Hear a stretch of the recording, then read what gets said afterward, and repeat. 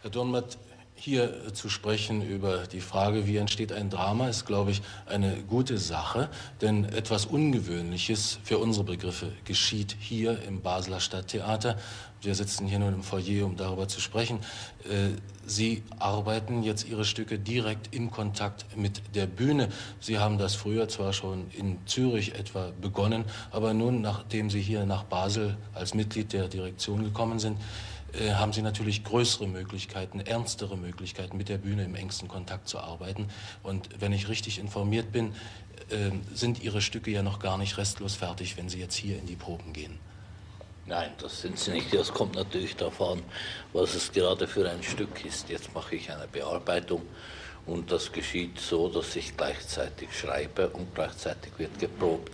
Und das würde ich sagen, ist arbeitstechnisch ein abgekürztes Verfahren. Es spart mir einfach viel Arbeit, weil ich die Texte direkt mit den Schauspielern dann bearbeiten kann und sehe, was fehlt. Man sieht auch, da muss rhythmisch noch ein Satz hin, da braucht es eine Verzögerung, hier braucht es noch ein paar Sätze, hier kann man weglassen.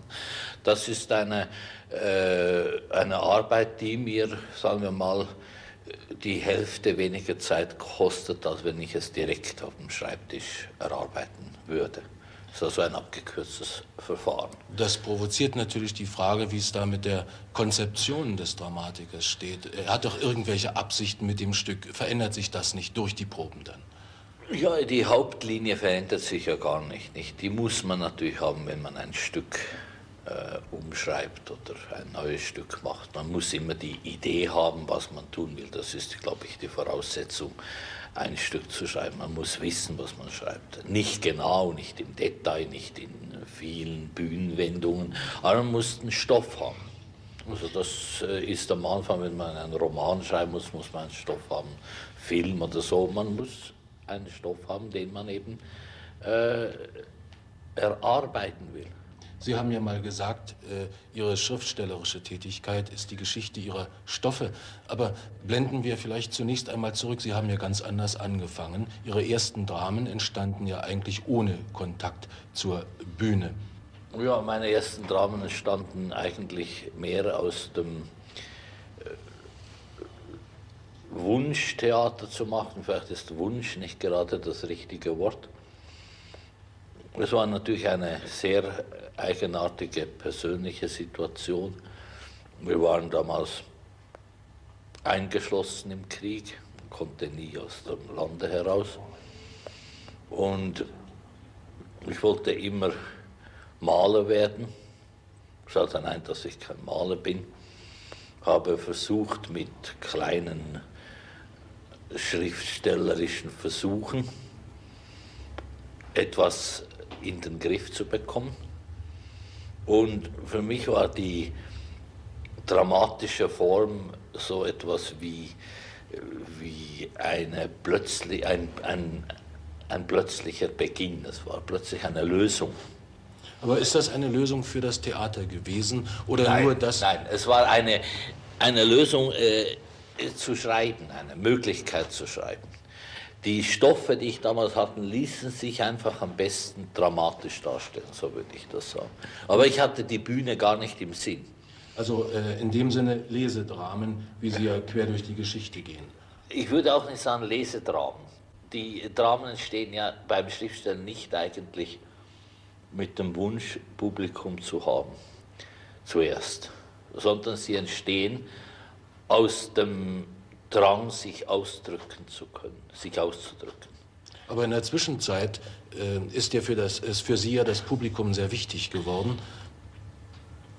Ich würde sagen, die Bühne ist für mich sehr wichtig geworden. Wissen Sie, die Sache mit dem Publikum, das Publikum ist ja etwas, was sich nachträglich einstellt. Das ist ein soziologisches, überraschendes Moment, das im Moment des Arbeitens oder in der Zeit des Arbeitens gar keine Rolle spielt. Aber die Bühne ist wichtig geworden. Das heißt, die Bühne als Instrument. Und die ist immer bewusster geworden für meine Tätigkeit. Früher schrieb ich die Stücke eigentlich ohne die Bühne zu sehen. Ich dachte, das macht dann ein Regisseur. Und je älter ich werde, desto mehr wird für mich die Bühne und das Schreiben eine Einheit. Also zum Beispiel, ich brauche auch viel früher oder ich brauche es fast zu Beginn des Arbeitens, heute brauche ich ein Bühnenmodell.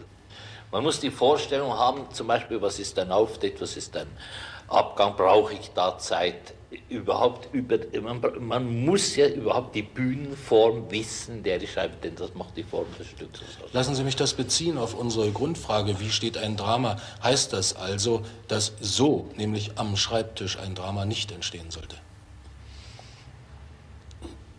Schauen Sie, es gibt keine Regel, Stücke zu schreiben. Es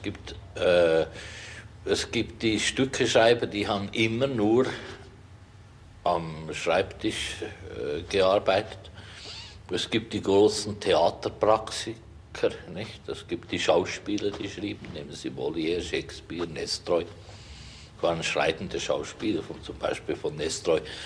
Der ließ sich Stücke übersetzen von meistens französische Stücke, leichte Stücke, Vaudevilles.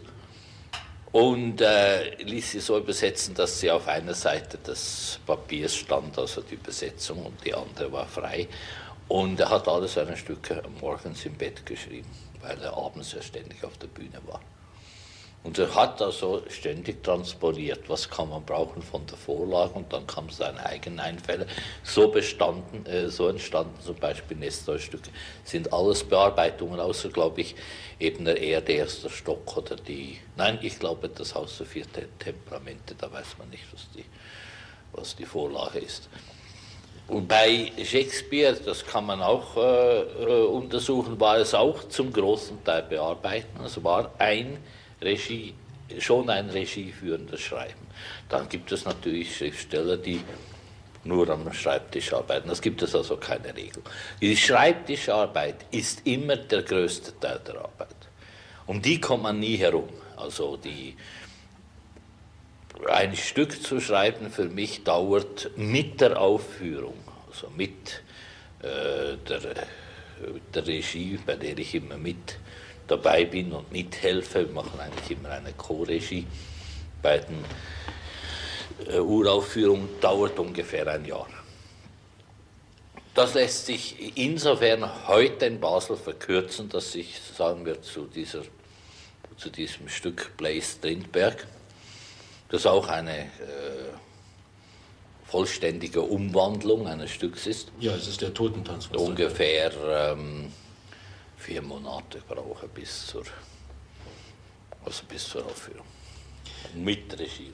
Nun war ja Ihre zweite Etappe, nachdem Sie begannen, für das Theater zu schreiben, dass Sie zwar am Schreibtisch das Stück mehr oder weniger fertig konzipiert hatten, auch ausgearbeitet hatten, aber dann während der Proben auf der Bühne überprüften, wie theatersinnlich nun die Texte waren. Und änderten. Nicht? Es gibt eben gewisse Dinge, auch zum Beispiel im Dialog, oder immer die einem erst vom optischen Eindruck her also überhaupt aufgehen. Es gibt Theatereinfälle, manchmal sieht man Aufführungen und da greift man sich an den Kopf, warum ist dir das nicht vorher eingefallen? Erklärt sich das so, dass Sie verschiedentlich Varianten für Ihre Stücke geschrieben haben, also Umarbeitung? Ja, das sind zum großen Teil auch Funde, die zum Beispiel andere Regisseure eben ausprobiert haben und die sich als die beste Möglichkeit in dieser Stelle zum Beispiel gezeigt haben. Ich glaube, es gibt ein sehr markantes Beispiel, wie die Bühne Sie davon überzeugte, dass Sie für die innere Spannung etwas ändern mussten. Das waren die Physiker. Die Ärztin, die dort den Hauptpart zu spielen hat, war ja zunächst ein Arzt. Ja, schauen Sie, das ist gerade ein Beispiel, wie eine Veränderung durch einen Vorschlag einer Schauspielerin hier, der Giese, auch nicht nur die Lösung des Stückes gibt, sondern auch eigentlich meine Arbeit richtig gestellt hat. Ich war damals, als ich das Stück der Giese zu lesen gab, sie kam bei uns auf einige Tage zu Besuch, war das Stück noch nicht fertig, sie hat es gelesen und sie hat diese Rolle des Irrenarztes gelesen und hat gesagt, ach, die nicht fertig war, das Stück war noch nicht fertig, diese Rolle möchte ich spielen. Nun kam mir einfach durch diese Bemerkung der Giese, wusste ich eigentlich, wie man das Stück fertig schreiben musste. Das heißt, ich wusste auch den Fehler. Der Fehler bestand darin, dass der Männerwelt der Physiker eine andere Männerwelt gegenüberstand. Die Welt dieses verrückten Irrenarztes. Diese unberechenbare Welt, die Welt des Zufalls, der eben immer wieder hineinspielt, auch bei uns in der tatsächlichen Welt. Und das ließ sich besser durch eine Irrenärztin darstellen. Ich hatte dann eine viel größere, eine viel genauere Gegenwelt zur Welt der Physiker.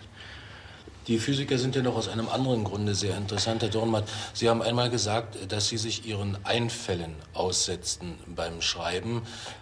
Die Physiker aber nun sind ja doch in einer sehr klassischen Dramaturgie geschrieben, in der aristotelischen, von der Einheit von Zeit, Ort und Handlung, was ja sonst nirgends in Ihrem Werk vorhanden ist. Schauen Sie, man setzt sich den Einfällen aus während des Schreibens, aber gerade das verlangt eigentlich, dass man eine sehr klare Vorstellung hat von dem, was man schreiben will. Das ist ja eine Taktik, sich den Einfällen zu überlassen. Das heißt, man muss im Strom sein, man muss schwimmen können, das Stück beginnt ja eigentlich damit, und das ist das eigentliche Aufregende, mit einer, etwas theatralisch ausgedrückt, mit der Vision eines Stücks, die man hat, das nenne ich den Stoff haben. Und das kann sehr schlagartig sein. Also ich erinnere mich noch ganz genau, wie ich eigentlich Frank V. konzipierte, und das war anlässlich einer Aufführung des Titus Andronicus, den ich in Paris gesehen habe. Das hat Pieter Bruck damals mit seiner Truppe gebracht im Théâtre de Nation. Und dieser außerordentliche Eindruck einer Handlung, die eigentlich nur dazu da ist, gewisse menschliche Grundsituationen zu zeigen. Das ist ganz wurscht, wie der Stoff eigentlich ist. Das ist nur, der Mensch kommt gewissermaßen durch den Stoff in ein Experiment hinein. Das hat mir damals die Idee gegeben, so etwas ganz abgewandelt mit Frank V. zu versuchen. Oder zum Beispiel, wenn wir von den Physikern reden, die Physiker, die habe ich zusammen konzipiert mit dem Meteor. Ich hatte ich war krank und ich musste in ein Bad, im Engadin, schauerlich war das, und ich musste jeden Tag einen endlosen so 2 Stunden spazieren. Und weil ich Spaziergänge hasse, das heißt, sie müssen so sein, dass man nicht die Gegend betrachten muss. Die Gegend, das kann man in einer Gegend anfangen, die ist immer dieselbe. Und dann habe ich einfach immer den gleichen Spaziergang gemacht, so durch eine Schlucht und einen Berg hoch und einen Berg hinunter und kam dann wieder ins Sanatorium. Und den Hauptpart zu spielen hat, war ja zunächst ein Arzt. Ja, schauen Sie, das ist gerade ein Beispiel, wie eine Veränderung durch einen Vorschlag einer Schauspielerin hier, der Giese, auch nicht nur die Lösung des Stückes gibt, sondern auch eigentlich meine Arbeit richtig gestellt hat. Ich war damals, als ich das Stück der Giese zu lesen gab, sie kam bei uns auf einige Tage zu Besuch, war das Stück noch nicht fertig, sie hat es gelesen und sie hat diese Rolle des Irrenarztes gelesen und hat gesagt, ach, die nicht fertig war, das Stück war noch nicht fertig, diese Rolle möchte ich spielen. Nun kam mir einfach durch diese Bemerkung der Giese, wusste ich eigentlich, wie man das Stück fertig schreiben musste. Das heißt, ich wusste auch den Fehler.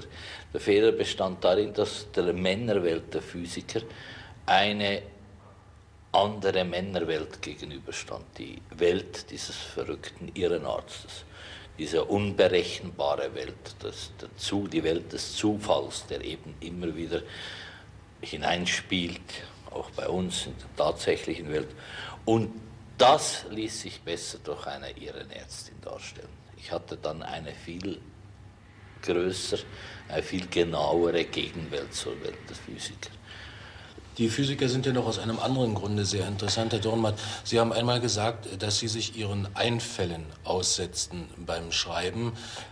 Die Physiker aber nun sind ja doch in einer sehr klassischen Dramaturgie geschrieben, in der aristotelischen, von der Einheit von Zeit, Ort und Handlung, was ja sonst nirgends in Ihrem Werk vorhanden ist. Schauen Sie, man setzt sich den Einfällen aus während des Schreibens, aber gerade das verlangt eigentlich, dass man eine sehr klare Vorstellung hat von dem, was man schreiben will. Das ist ja eine Taktik, sich den Einfällen zu überlassen. Das heißt, man muss im Strom sein, man muss schwimmen können, das Stück beginnt ja eigentlich damit, und das ist das eigentliche Aufregende, mit einer, etwas theatralisch ausgedrückt, mit der Vision eines Stücks, die man hat, das nenne ich den Stoff haben. Und das kann sehr schlagartig sein. Also ich erinnere mich noch ganz genau, wie ich eigentlich Frank V. konzipierte, und das war anlässlich einer Aufführung des Titus Andronicus, den ich in Paris gesehen habe. Das hat Pieter Bruck damals mit seiner Truppe gebracht im Theater de Nation. Und dieser außerordentliche Eindruck einer Handlung, die eigentlich nur dazu gearbeitet. Es gibt die großen Theaterpraxiker, nicht? Es gibt die Schauspieler, die schrieben, nehmen Sie Molière, Shakespeare, Nestroy. Das waren schreitende Schauspieler, zum Beispiel von Nestroy. Der ließ sich Stücke übersetzen von meistens französische Stücke, leichte Stücke, Vaudevilles. Und ließ sie so übersetzen, dass sie auf einer Seite des Papiers stand, also die Übersetzung, und die andere war frei. Und er hat alle seine Stücke morgens im Bett geschrieben, weil er abends ja ständig auf der Bühne war. Und er hat also ständig transponiert, was kann man brauchen von der Vorlage, und dann kamen seine eigenen Einfälle. So entstanden zum Beispiel Nestroy-Stücke. Sind alles Bearbeitungen, außer, glaube ich, eben der Erde, erster Stock oder ich glaube, das Haus der 4 Temperamente, da weiß man nicht, was die Vorlage ist. Und bei Shakespeare, das kann man auch untersuchen, war es auch zum großen Teil bearbeiten. Es war schon ein regieführendes Schreiben. Dann gibt es natürlich Schriftsteller, die nur am Schreibtisch arbeiten. Das gibt es also keine Regel. Die Schreibtischarbeit ist immer der größte Teil der Arbeit. Um die kommt man nie herum. Also